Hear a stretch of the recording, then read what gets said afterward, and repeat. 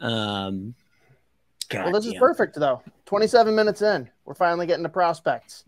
Let's just we'll rip the move on. date off. Hard to pivot. We're just going to go right away to your first love, Caedan Bankier. What's going on there? He's just continuing to light it up this season for Kamloops. Lost in all the chaos of last night. I was like, I had that game on, the Kamloops versus Victoria game on, like in another tab on a different screen, but I just like couldn't stop watching. But every time I'd go to that game, like another goal had been scored. And I was like, Jesus Christ. It was 10-0 after the second period, by the way. I think it was 10, might have been like 9. But he puts up 6 points, 3 goals, 3 assists last night, +8. I don't think I've ever seen a player +8 in my life. Like, it just doesn't, it does not make sense to me. Like, I don't know how that's possible. But I mean, he just lit it up. And this first goal was sick, like just an absolute walking.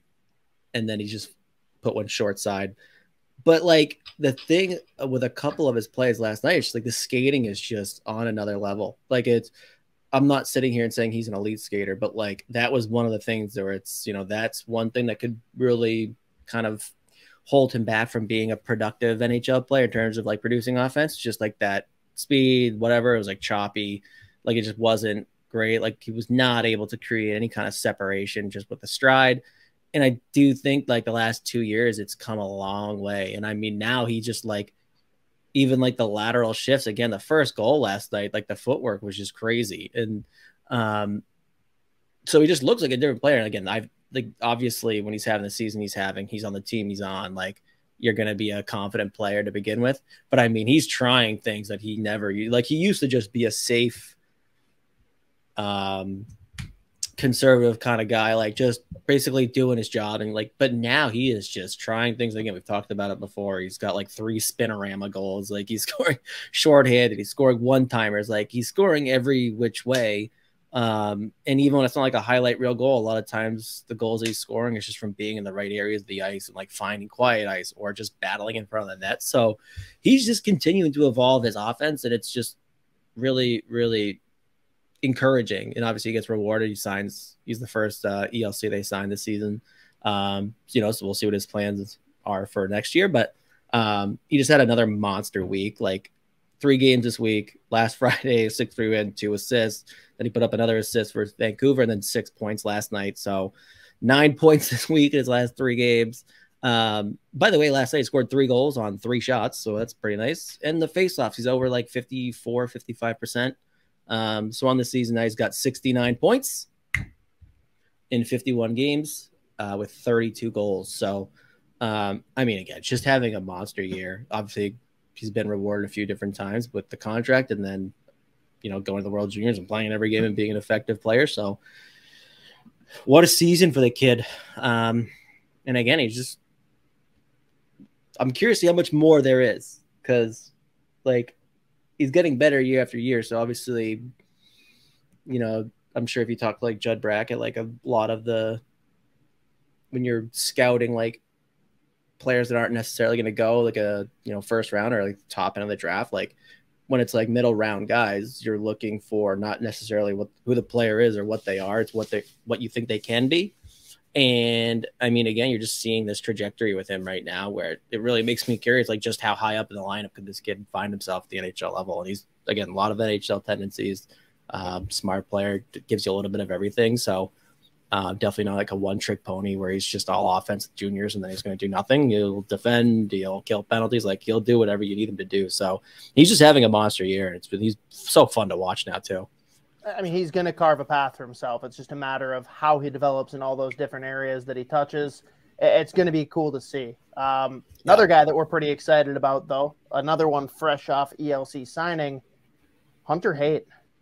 He is. Again, like, since that move to Saginaw, like, it's just so fascinating seeing, like, I remember watching the games in Barrie and being like, oof, like, because again, I remember coming into the year, I was like, this is the kid that's going to have a monster season, like bounce back player of the year in the OHL, kind of like he just didn't have a huge season the year before, but and it just did not go well. Barrie was brutal.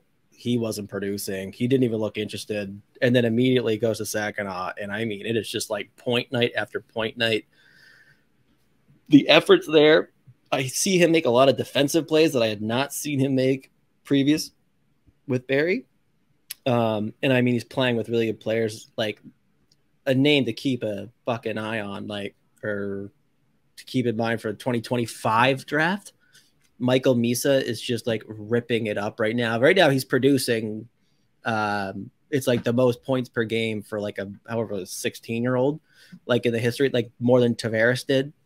And he's a stud. So a lot of nights he's playing with him too in the power play there, but there's playmaking, like the shot's good, like the skating's high end, and his hands, like the skill is crazy. Like you want to talk about a kid that can stick handle a phone booth, like Hunter Haight is legit. And when he's being confident and he's being assertive and like wanting to be the guy, like he's a force. And even on nights where Saginaw's off, like I think the other night they may have lost. Oh no, that it was actually a game that they did win 3-1. He had all 3 primary assists, and like he might have played 28 minutes as a forward. They just like couldn't take him off the ice. But it's just high end play after high end play.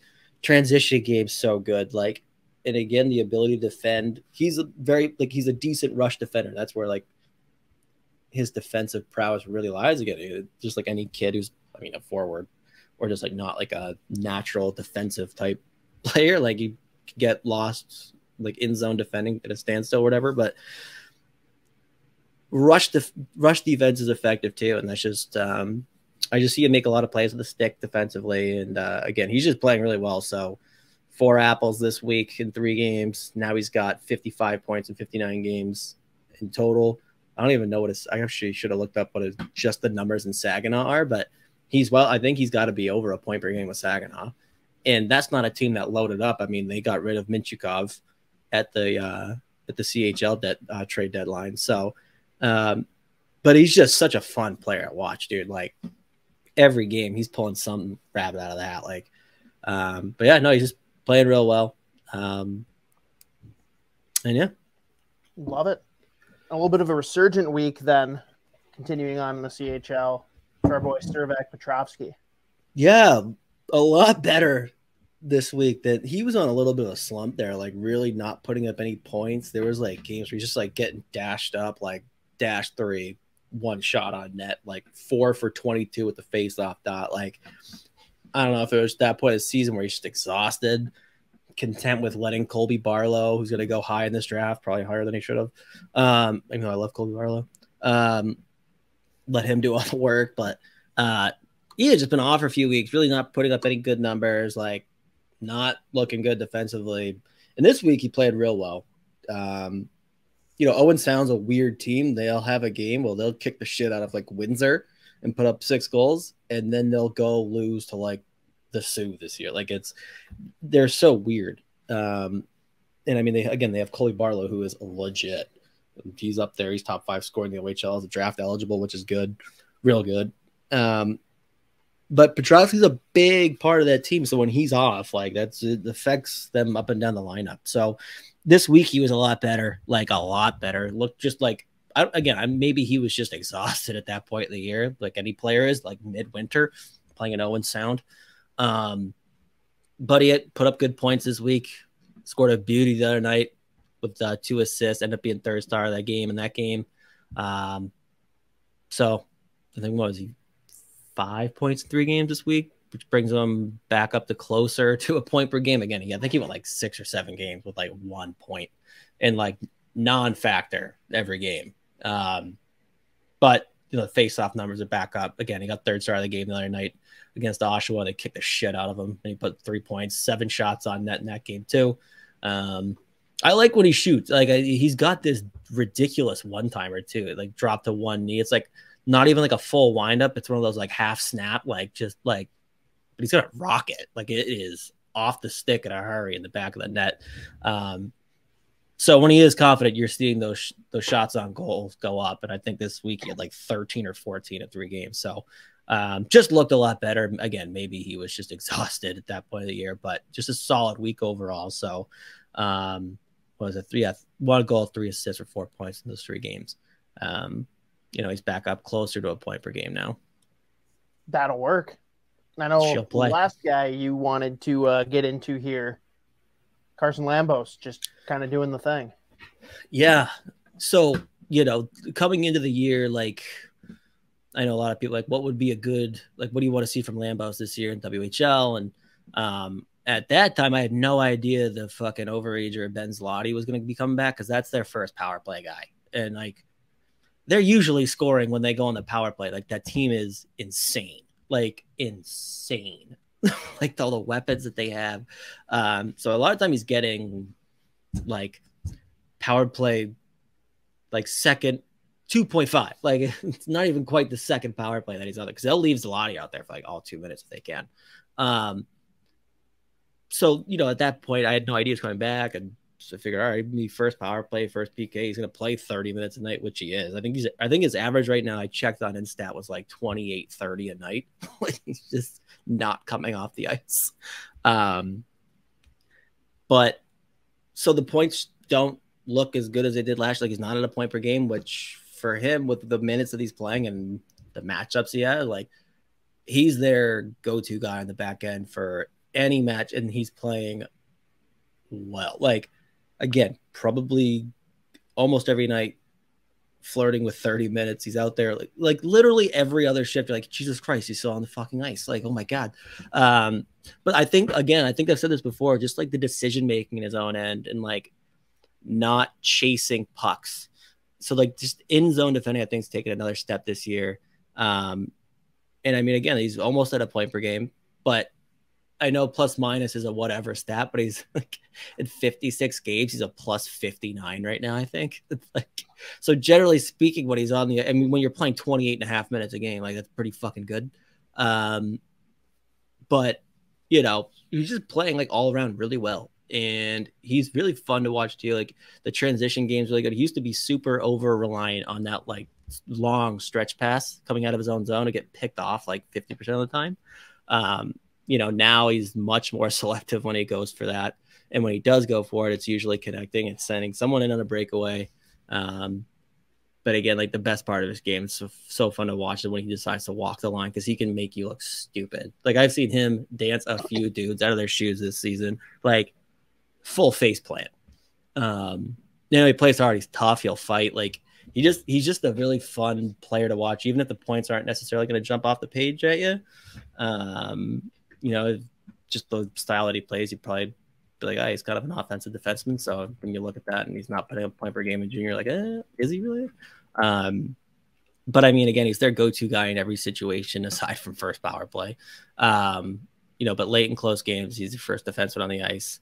You know, killing penalties, he will usually kill an entire penalty. Like, he'll be out there for the whole 2 minutes, and creating scoring chances from his own end on the PK. But he's just playing all around really well, and he's just so fun to watch. So, you know, that's a team that they're going to be hoping for, you know, a Mem Cup, them and Kamloops. So that'll be interesting. I would love to see if those two teams end up facing off.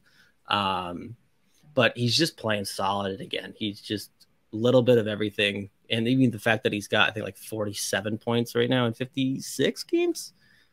The fact that he's not really on that power play a whole lot, it's pretty impressive. So, again, just another. So I think only had like 1 assist this week in the 3 games, which, again, like only 1 assist for a fucking defenseman. But yeah, the other shots are there, but he's just playing solid and he's fun to watch. So I just felt like we should give him a shout out, because, again, playing 28.5 minutes a night and being plus 59 is insane. Yeah, against the other team's best players, like the best players in the WHL. He's like, if it's Bedard, he's going up against Bedard. Like, that's just what it is. And he's just generally playing solid. Love it.